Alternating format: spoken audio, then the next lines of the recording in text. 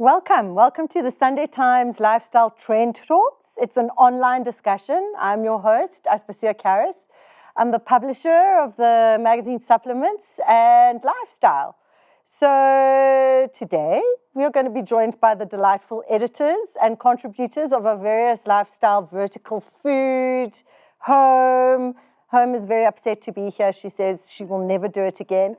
Fashion, and of course the all-important editor, who is demonstrating one of the trends as we speak, because the thing that happened in this last year to all of us communally was that all these lifestyle trends got accelerated and some of them slowed down very dramatically, but one of them was working away from the office.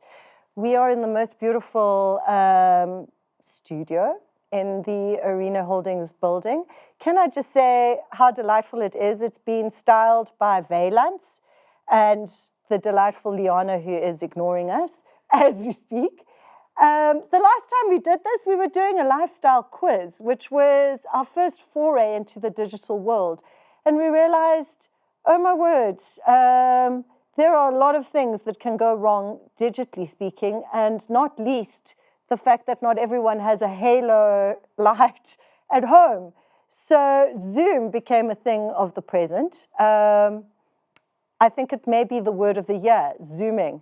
So before we get into the trends and tapping into everything, I just want to remind everyone that we will in fact be giving away the glorious case of Jan Harmsdal wine. It's one of the oldest wine estates in the Cape. And we're so glad that you could join us. So I don't want to ramble on. What I want to do is cross over, I love saying that, to our delightful Andrea Nagle, who is, where are you, Andrea? I am in the Eastern Cape. I mean, this is a good example of how we've had to adapt. And I'm talking to you from Zoom in the Eastern Cape. And this is one of the things that's, I think, been part of what we've adapted to in the years, that our screens are kind of taking over our lives, for better or worse. We're living with one foot in the digital world and one foot in the real one. Exactly. I think the pandemic has fast-tracked this transition between the real and the unreal. I mean, we live more in the virtual than physical now, and it's taking a toll on us quite a lot, I think. Well, certainly it's changed the way of work. It's changed politics. I mean, hello, Uncle Joe Biden campaigned entirely from his basement, which would have been a really worrying thing maybe a year before. And yet it worked to his advantage. Tell us a bit more about what other trends you think are coming our way. Well, I mean, you mentioned the word of the year. I was looking it up this morning, and apparently last year there were so many new words that they couldn't pick one, so they picked a whole lot of them.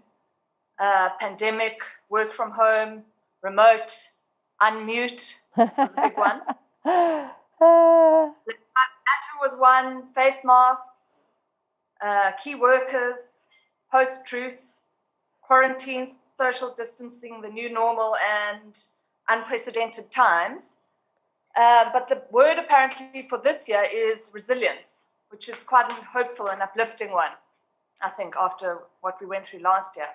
Definitely. And I mean, I think it plays into a lot of the things that are just that were already becoming so prevalent before the pandemic. So a focus on wellness, a focus on your personal journey, and all those things have now suddenly become the norm. Andrea? Yeah, I think also what the pandemic did was fast track our technologies, obviously, as well. And there's an encroachment of technology even more in our lives than ever before. Things like robot integration, how we have used robots we're starting to use them in our daily lives, both humanoid ones and non-humanoid ones. I mean, for example, there's the new hotel in Sandton that has hospitality bots. One of our writers, Sanette, Oberhalser went there. She wasn't too impressed, I have to say. You can read her article on Times Live. A lot of glitches. Some of them were still plugged in when she was trying to register. And apparently they kind of only got their act together as she was leaving. But that's an example of how robotics aren't really working. Maybe it's like an episode of Black Mirror where the tech goes wrong. Exactly that. But also there've been some other changes in trends, like in retail. I think the big buzzword is sustainability. We really have to start thinking about making our lifestyles more sustainable, and especially in the fashion sphere, which Tango may touch upon later. I mean, fashion pollutes the world more than almost any other industry. So there are definitely big changes that have to be made. Andrea, yeah, tell me a bit about Atli, who we're going to speak to now.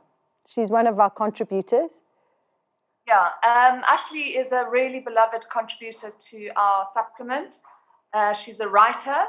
She's also a TV producer, media entrepreneur, and contributor, and contributes regularly to our supplement.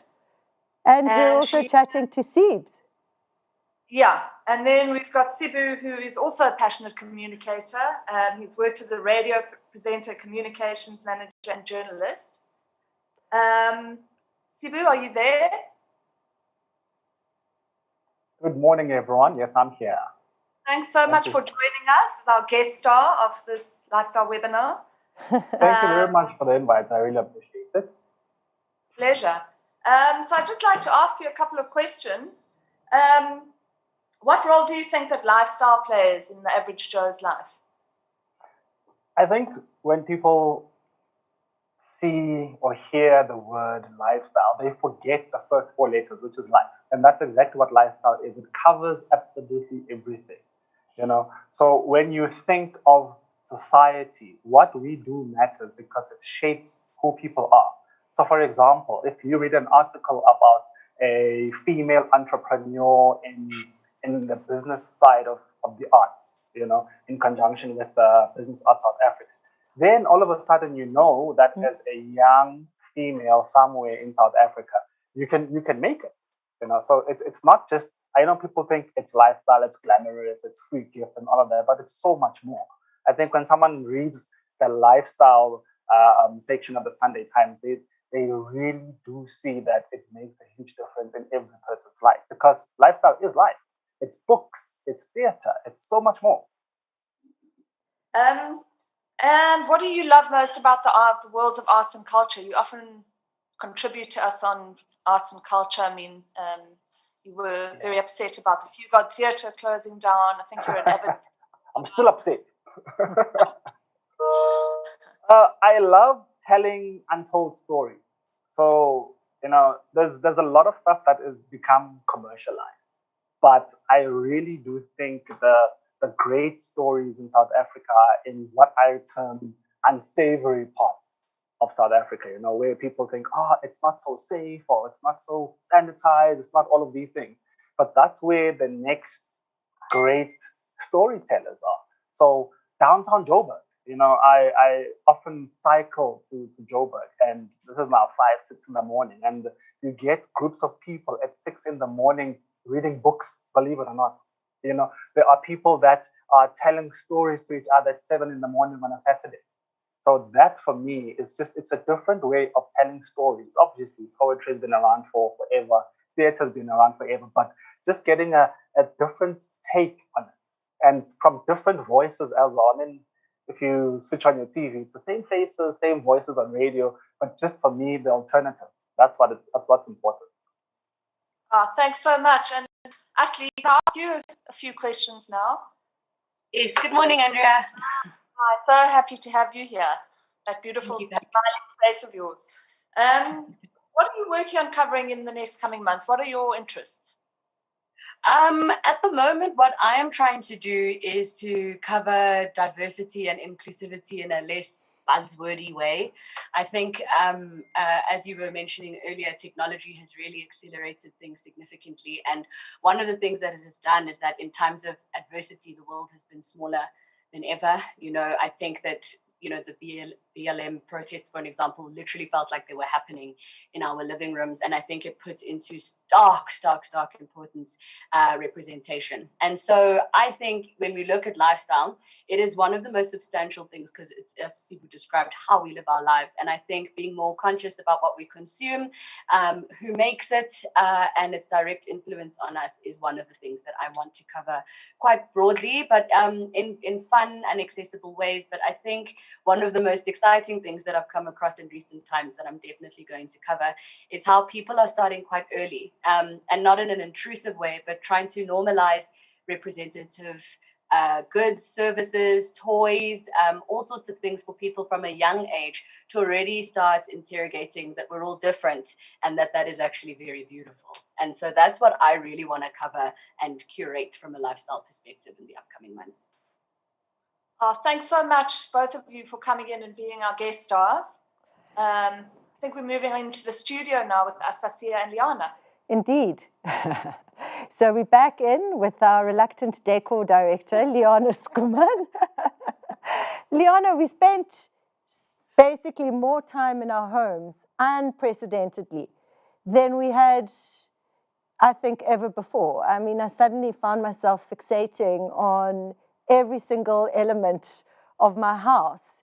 And I'm sure I'm not alone.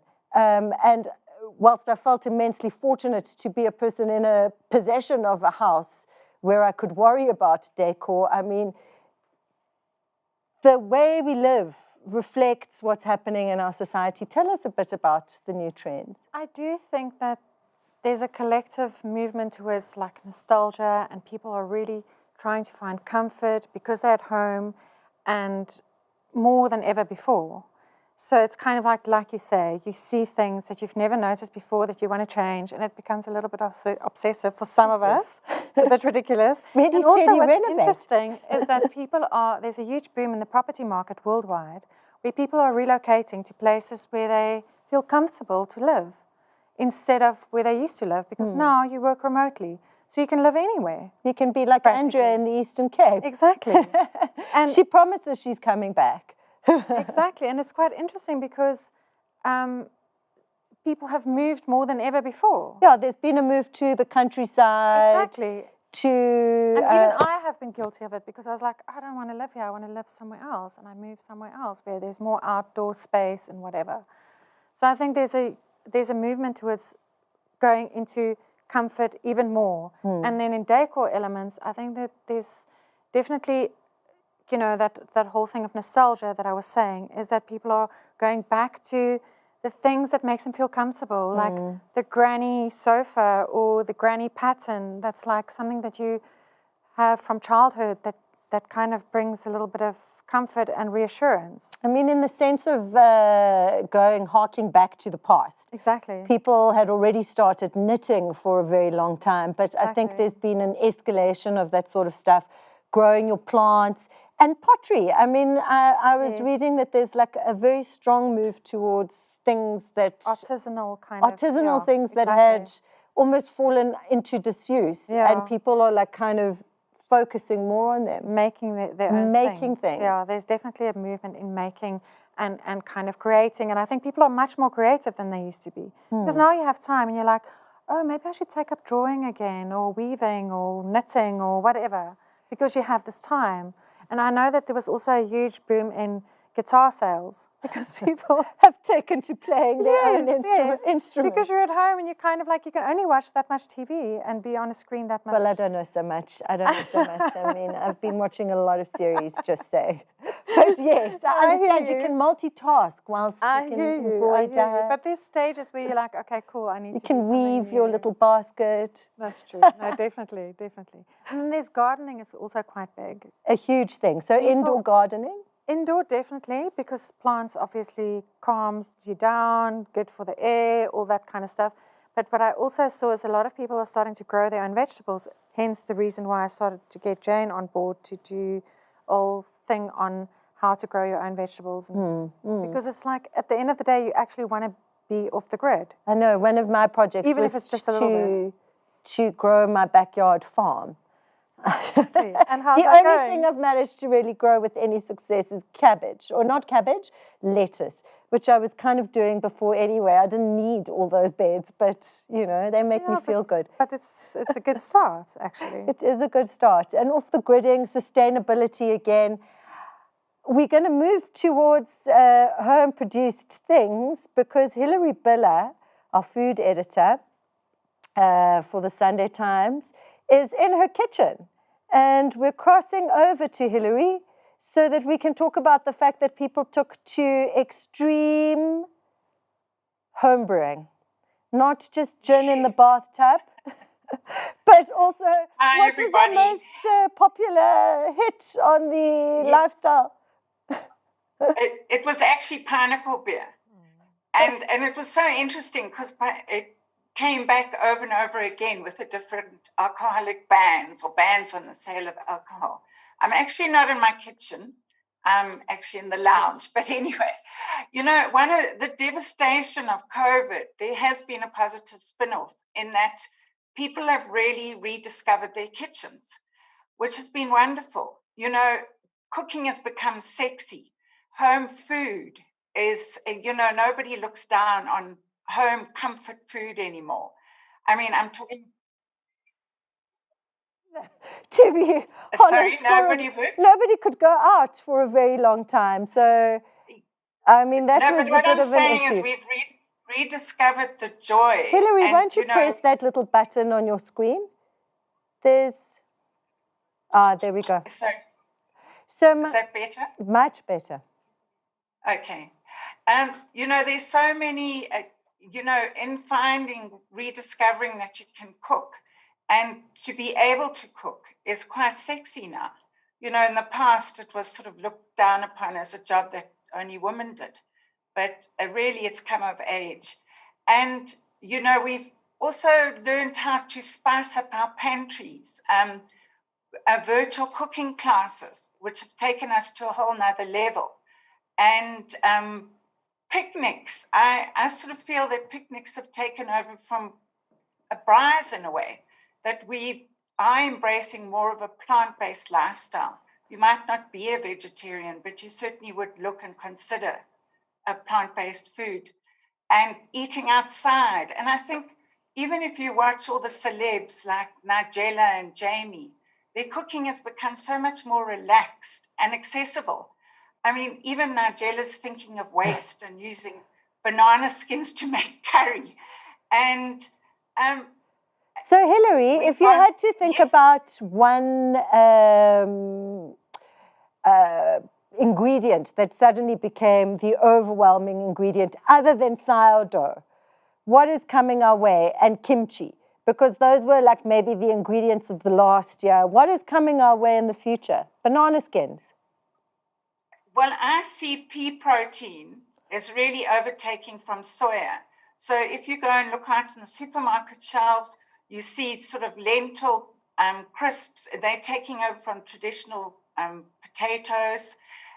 What is the other thing? I think non-dairy milks have become a huge thing. Oat milk, soya milk, rice milk. That kind of cooking has become very, well, that ingredient in cooking has become very important. And vegetables have suddenly become, sort of come alive. And you were discussing how people are growing vegetables at home. But, you know, vegetables are looked at as a main component of a meal. And fruit. And I think sort of health has really come into its own, that we all consider health, well, are more health conscious these days.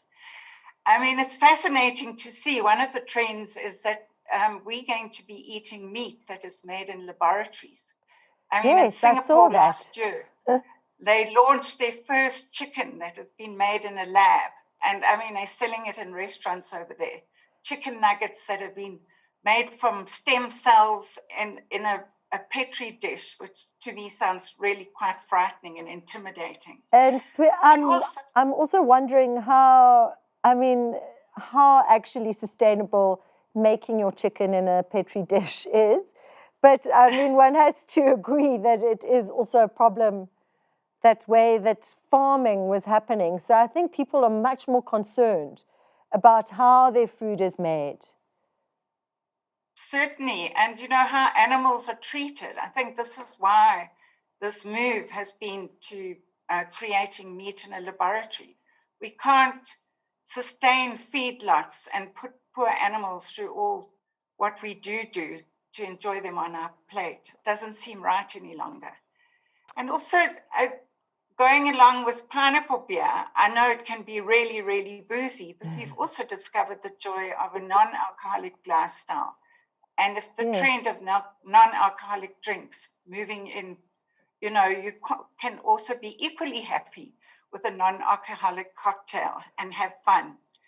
And Hilary, yes, leaving the sober curious lifestyle, I want to say thank you very much for your insights. I'm going to focus now on the wellness part of this whole thing and introduce our beauty editor for the Sunday Times, for our group, for lifestyle, for Wanted, for SMAG, the edit, but primarily the lifestyle. Welcome, Knox Tuesday. I think this is the first time I'm seeing you in the flesh in a year. I'm deeply delighted. You're looking well. Tell us about what happened to beauty in the last year. I definitely think beauty took a turn for the better or for the worse, depending on your perspective. Definitely because of digital and how digital was such a big part of our lives. I mean, that's the only way we could actually, you know, be social and be a community. Definitely that had a good impact in terms of technology that the beauty world came up with. So your AI and no-touch beauty gadgets and devices in terms of, because that's how in the shops and at counters, that's how brands were able to actually get in touch with the consumer. So instead of having somebody that maybe like shade match you physically on your skin, now you have a device that you can do yourself with assistance. Same with virtual online consultations and treatments. So there were so many things that were coming up, but on the other end of the spectrum, there was also almost like a digital dysmorphia that we're in currently with the Zoom culture. Yeah, exactly. And, yeah, so that like freaked everyone out. Yes. I mean, I'm freaked to be under all these lights. Exactly. A lot of people definitely were more aware of how they look. And that in turn is breeding some sort of products that can assist with that in the beauty industry, like your moisturizer that's got a bit of a filter, and also is giving an increase in terms of surgery as well. Some people just want to change the way they look entirely. I think people were disturbed to see themselves on 24 Zoom. hours all the time in such close proximity, exactly. And I mean, it was like quite shocking, in fact, that the rise in demand for just plastic surgery, whether it was non-invasive or massive kind of overhauls. It's fascinating. And then the move on to TikTok. I mean, TikTok just became the place for... My favorite place in the world right now. Is it your happy place? It's my happy place. I definitely think it was very refreshing for beauty. A lot of TikTok, a lot of trends actually from beauty are coming from TikTok. Like what? So like skin icing or skin slugging. What is skin icing? So skin icing, basically you'll take an ice cube. It seems like it's something that we have done before in the past, but TikTok made it cooler.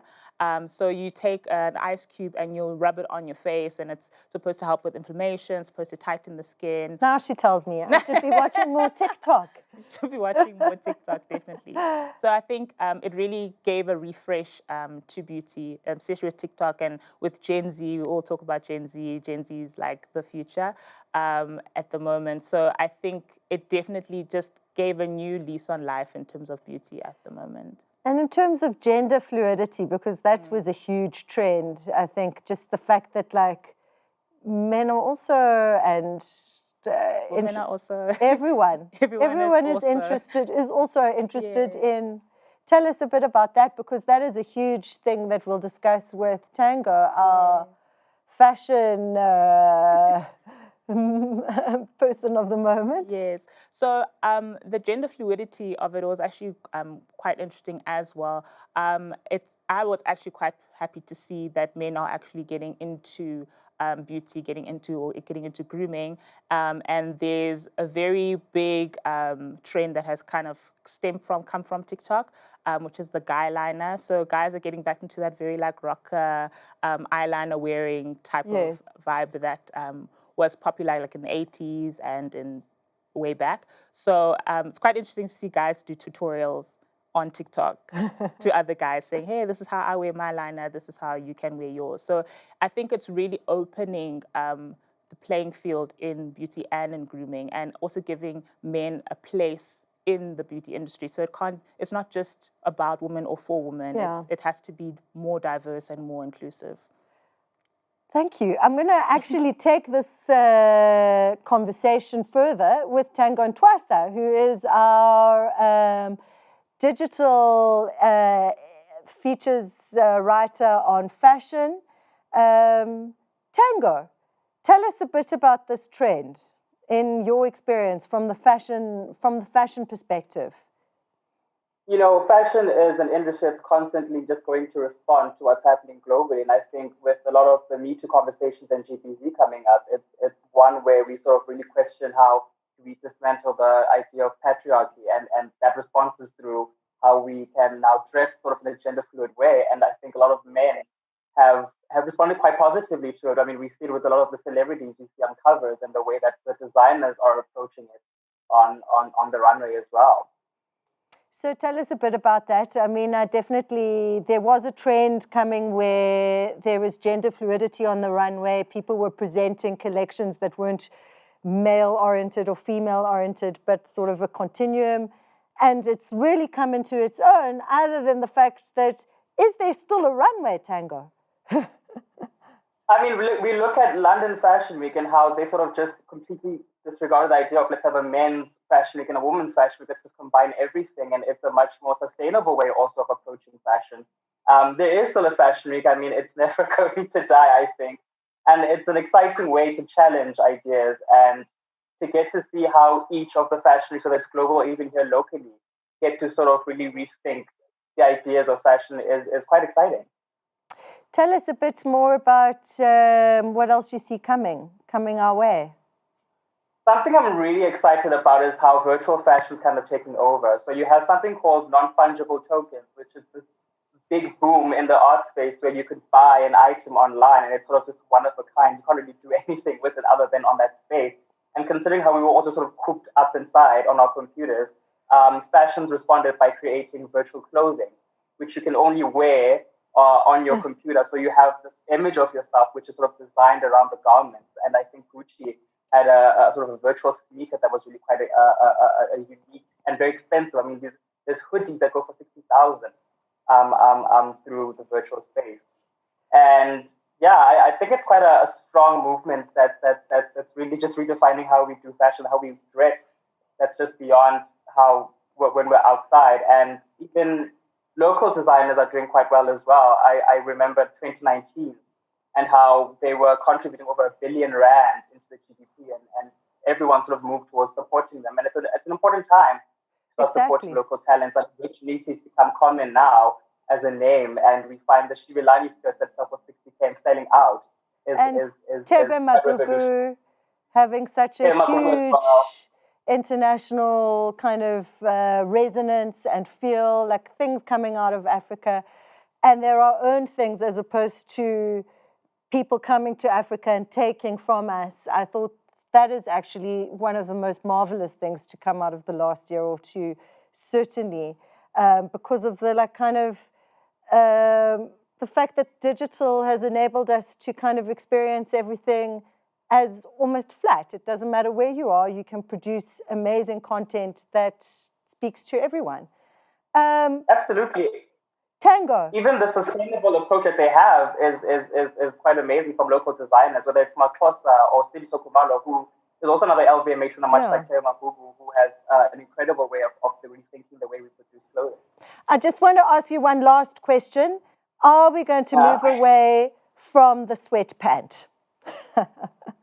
Oh, God. Hopefully. It's not a personal favorite of mine, that's for sure. Thank you so much. An area that has really altered, and I'm not sure, are we ever going to travel again? I am crossing over to Elizabeth Sleeth, our travel editor, because this is my great worry in life. Elizabeth, tell us. Hello. Hi everyone. Hi Aspasia. Will we travel again? I think we are. We are traveling now. We're just traveling very differently than how we used to. In fact, I think similarly to what Hillary said about people discovering their kitchens in COVID, I would almost argue that people discovered, like, reinvigorated their passion for travel when the possibilities were taken away, you know? So it was very interesting to us when we weren't allowed to leave our houses. Suddenly there was a huge spike in online safaris, you know? Lots of lodges started doing them. They've been hugely popular. They're still doing them. The cams that were on in various locations around the world.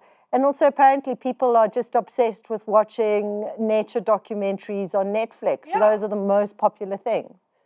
Yeah. It's the actually very octopus. interesting. The octopus.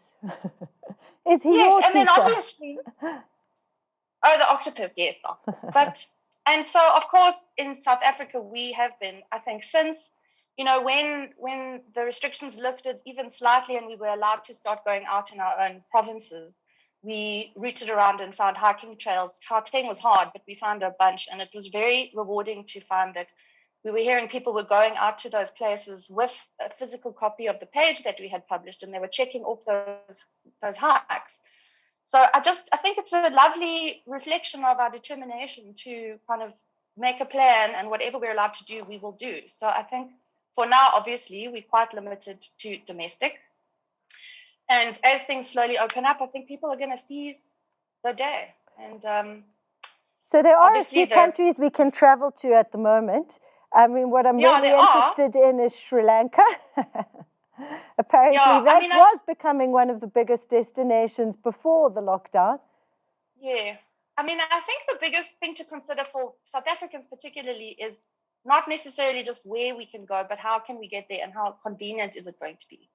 So what I would say trending currently is domestic travel, but then also things that are close to us, like sub-Saharan Africa.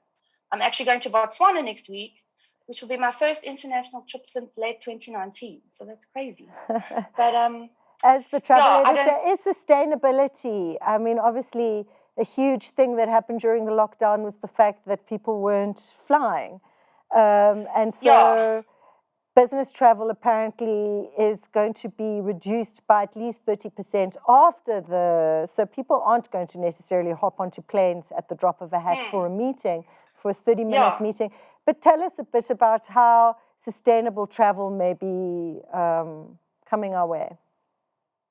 Well, I think sustainable travel was trending before the pandemic, and, you know, people almost feel like, I mean, ironically, there was a benefit to the planet in terms of the flights being diminished and all that kind of thing. Yeah. I think that, I mean, air traffic is still definitely lower. I mean, my suspicion is that I have read some negative things, in fact, that the airlines will use you know, there was those credits they had to sort of pay in a mass based on how much pollution they had put into the atmosphere.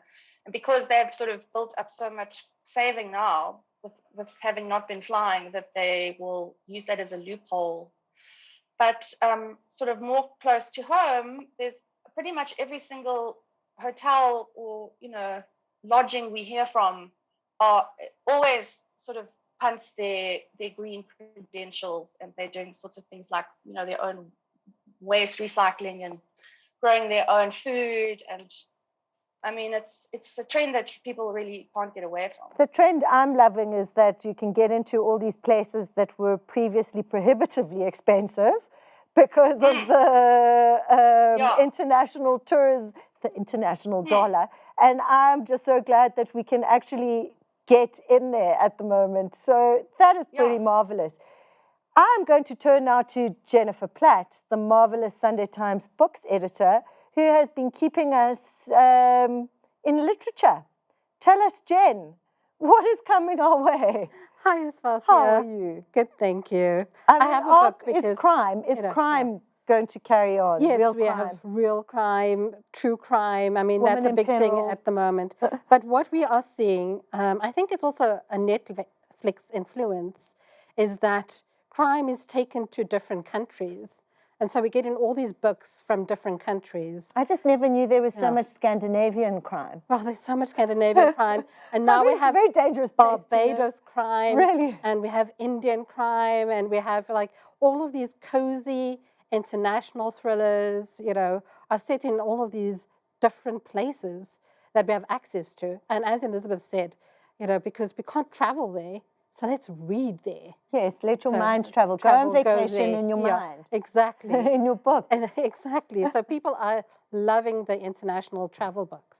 I mean, we have international psychological thriller set in Ghana, set in Nigeria, That is different places altogether. fascinating. Yeah. If you were going to put your finger on the one, like, I mean, I also think sci-fi, this like dystopian fiction, had a huge moment. It had, but I think people are wanting comfort reading. So people want to just go back. And I spoke to a lot of authors, and they set in their books not during this time. So they set in their books pre-COVID times at the moment. Oh, really? Yeah, because they don't want to deal with this at the moment. And they know readers don't want to read about this at the moment. I mean, at the beginning of the pandemic, all I could read was Jane Austen, which was like I just could not read anything else. So I was like, okay, this is comforting. Exactly. This is comforting. So it's that cozy thriller, you know, sets in a place that, you know, is totally, for instance, we have The Survivors by Jane Harper, which is set in Tasmania, which is a great place. There's beach, there's a murder that happens on the beach. I mean, you've taken a walk there, you know, in Tasmania. And that's what's divine about these books. And Jen, I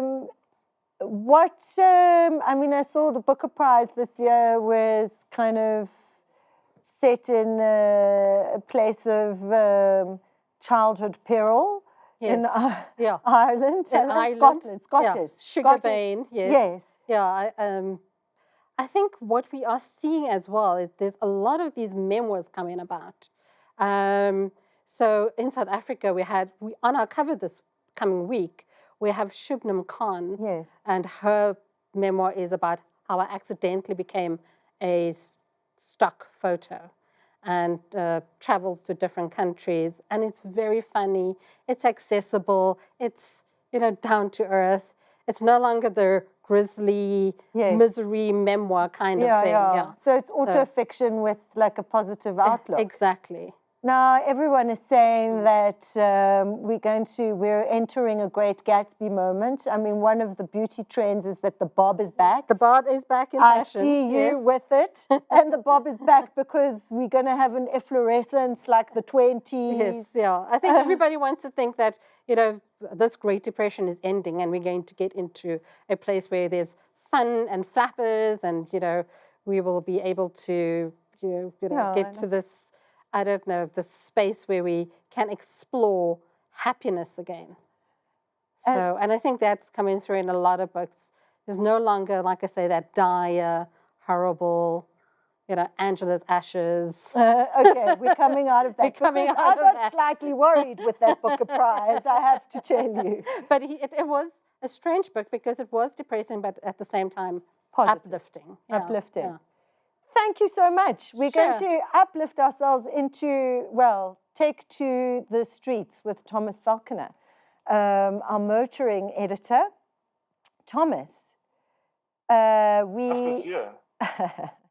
what's coming our way? I know you drove a whole lot of electric cars, Tesla stock rose and rose. Now Elon Musk is number 2 in the billionaire stakes. Tell us what's coming. It's all happening this year. Basically, you know, as it was last year, all the news is electric. Car manufacturers are all hell-bent on chasing down Tesla, which, as you all know, is rated number 1 in terms of EV manufacturers in the world. And yeah, we're seeing a lot of competition and new product coming out from the likes of Volkswagen and Hyundai, who are currently vying for second place. And hot on their heels, we've got Geely sparring with Daimler. So yeah, everybody is playing catch up with Tesla. And we're seeing just more and more platforms coming out all the time. Mercedes launched their new EQS, which is like an S-Class electric vehicle that came out last night. So yeah, the big news there, it's just more and more electric cars. People can't put them out fast enough at the moment. And having driven an electric car, the range of electric cars, is it like still like driving your Zimmer frame? Or no, not at all. I mean, the first electric car I drove was probably, I think, back in 2015 or 2014. It was a Nissan Leaf.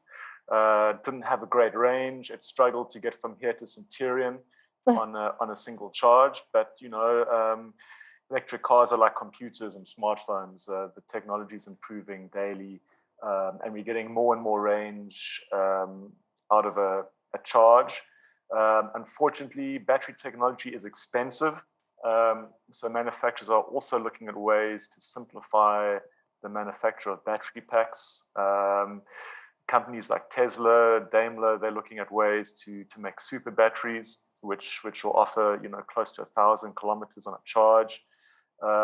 So we're in this great big technology arms race at the moment, and it's all about finding balance. You know, it's about finding a battery that is affordable and not hugely expensive to manufacture, and combining that with range that people can actually use. You know, we want a car that can do 500 k's on a charge. We don't want range anxiety.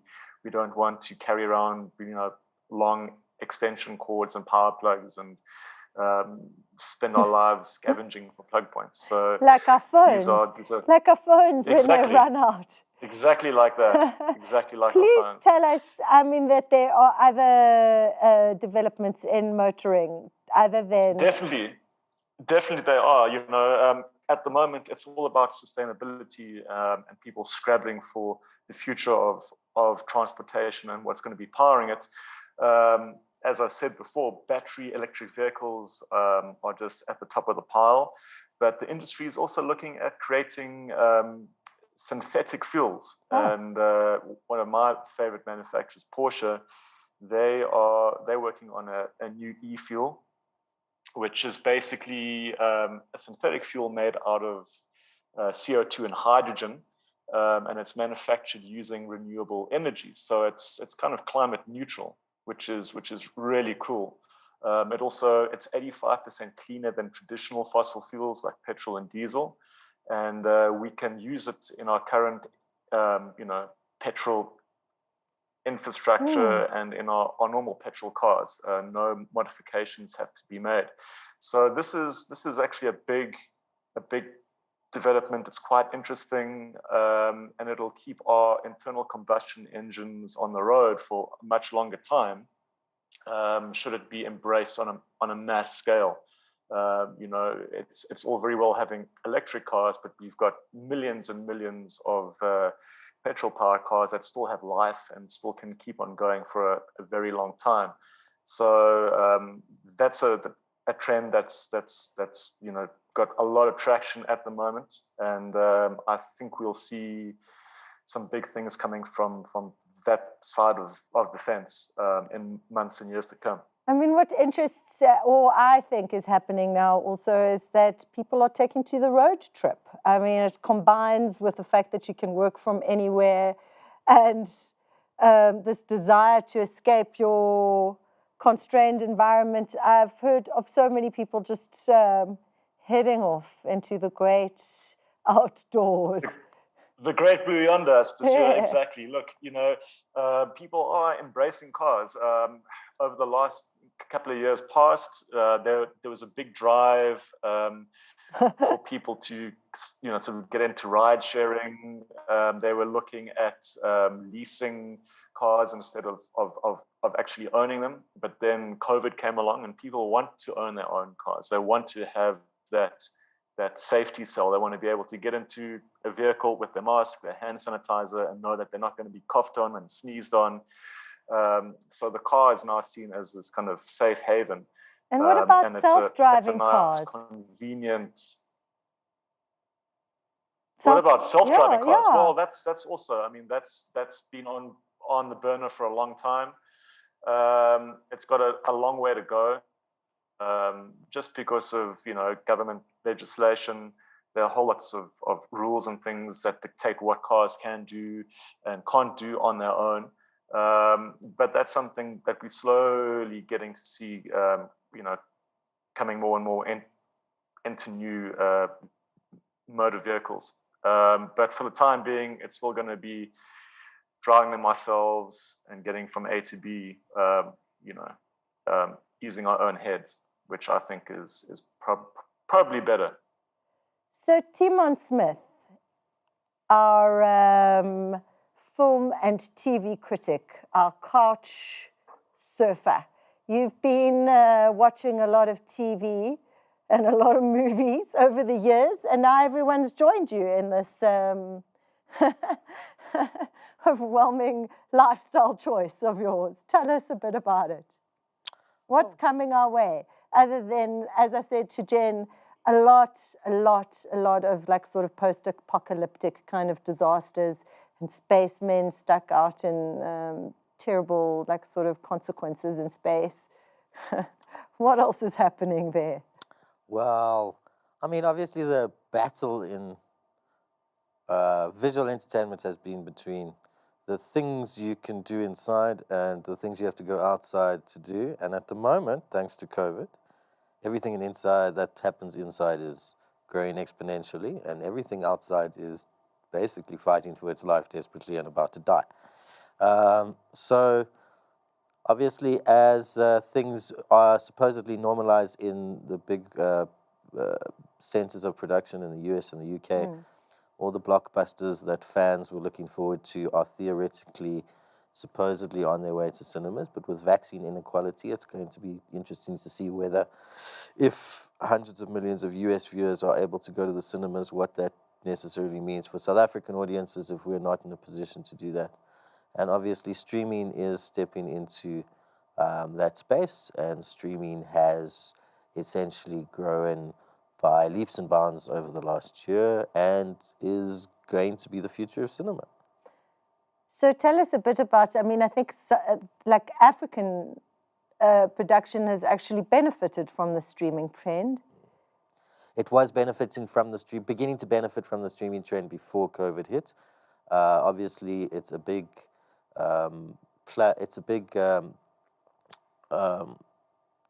objective of Netflix and other streamers to introduce as much local content as they can and to negotiate all sorts of deals with local filmmakers to produce local content. Netflix has now, they've recently partnered with the South African Tourism Board, so there's that, and so there are now big incentives for local filmmakers to make films that highlight and showcase the beauty of South Africa, etc. South African productions, there are a number in the works that are original content that will come to Netflix in the next few months. There are also others where producers have made content that they have now got licensing deals with Netflix for. Showmax is also involved in producing local content. So all of that's just going to carry on growing because there is the other options for local producers are swiftly being eliminated. So that is a good thing, and it will continue to be a good thing. So what do you think will be, I mean, A, what do you think will win at the Oscars? So virtual still. And B, give us your predictions.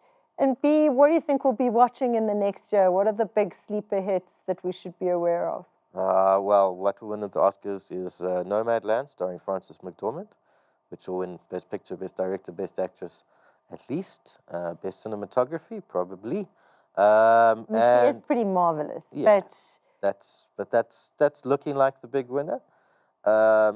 As far as acting goes, it's basically between the tragically late Chadwick Boseman and the 83-year-old Anthony Hopkins.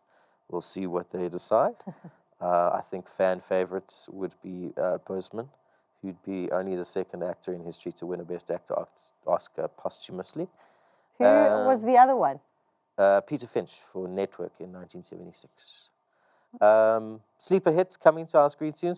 Well, Amazon Prime, which has been a smaller mover in the South African market, but is now becoming a bigger mover thanks to the fact that you can now get Amazon as part of your new DSTV Explorer package, as you can Netflix, is making a big push to increase its footprint in South Africa. And they have a massive show directed by Oscar winner Barry Jenkins and starring South African actress, Sedu, what's her name? I've totally forgotten for a second. But anyway, she's the star of the show. It is an adaptation of a Pulitzer Prize-winning book called The Underground Railroad. It's about slavery in the U.S., and it comes to Amazon Prime next month. That's the biggest thing that's happening right now. There are also a whole bunch of massive deals that Netflix has gotten into, including a multi-$100 million deal for Rian Johnson, who made a film called Knives Out. Both those sequels are coming to Netflix soon. And then there's only one question left, and that's whether or not Disney Plus will come to South Africa. We don't know if it will currently. Disney Plus is looking like it will be the biggest streamer in the world within the next 4 years. So Marvel Universe, etc., is all taken care of thanks to that. Whether or not fans get to see them on the big screen, we'll still have to wait and see. I mean, do you think that we'll actually go back to cinemas anytime soon? I think people are slowly starting to, but it's not quite the same. It's not anywhere near the same experience that it was before COVID. And it's, I think at the moment, what's attracting people back to cinemas are not engaging dramas or any deep philosophical movies. They are pure spectacle. Godzilla versus Kong versus Godzilla, Godzilla versus Kong, whichever way around it is the movie that's currently renewing faith worldwide in the cinemas, because it's pure spectacle and two monsters, try and kill each other, and people want that.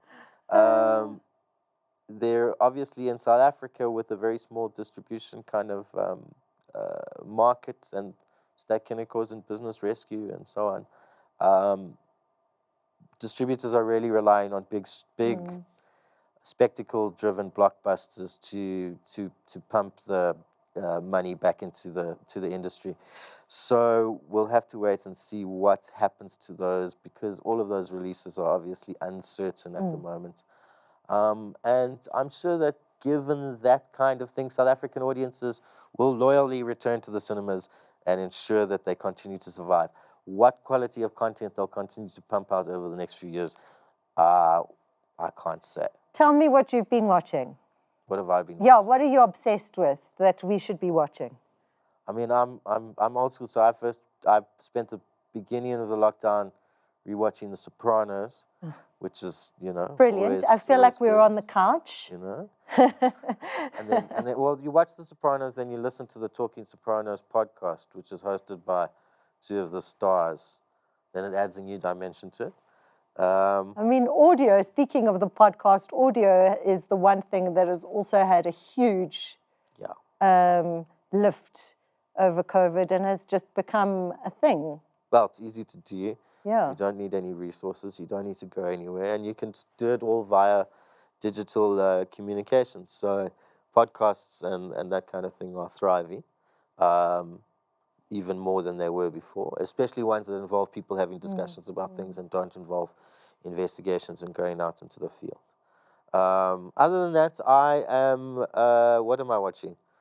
No, I've also developed an unhealthy obsession with David Attenborough nature documentaries that I didn't just bother like to everyone, watch. like everyone, it's before, a trend.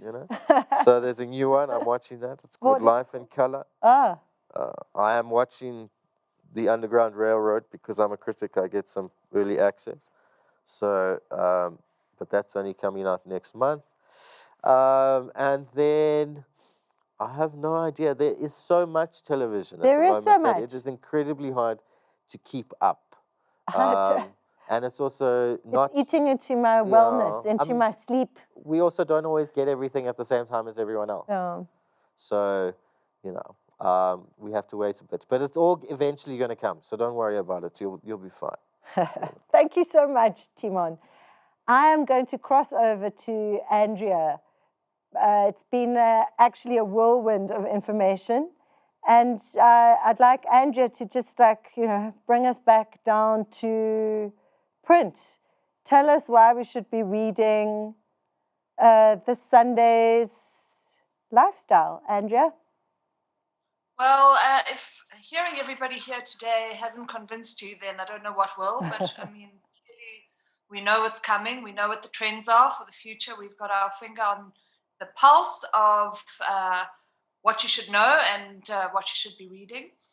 This weekend's lifestyle, the main story in this weekend's lifestyle is one about 3 actresses, a couple of them local, that went to New York to try and find their fame and fortune, and have been scuppered by the pandemic, just like many other people have in different fields.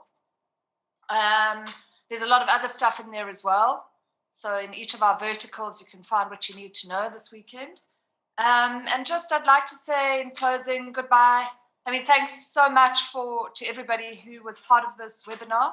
Who joined us. It's really been a lot of information, and you've covered it so well. And a special thanks also to Atlahang Ramasele and Spu Mkhonazi, who joined us as our contributing writers. Look out for their bylines in the lifestyle. And I hope you enjoy this weekend's edition and all upcoming ones. Thank you. That's. I just want to say we'll be announcing the winner in online of the Jan Gamsgat Amelia Method Cup Classic wines in the mailer later. And I just want to thank you all for tuning in. If you missed some stuff, because there were a lot of trends coming our way, keep an eye out for the recording link in our thank you mailer. And our contact details are on the viewing page. Please get in touch if you have any questions. We'd really like to hear from you. And we're just so grateful you could join us this morning. And to the wonderful team, gosh, this is what our editorial meeting is like every week. And it's what makes our lives so interesting and pleasant and a delightful thing to put out the lifestyle digitally and in print, because this is what we talk about. So thank you for joining us. Have a wonderful Friday.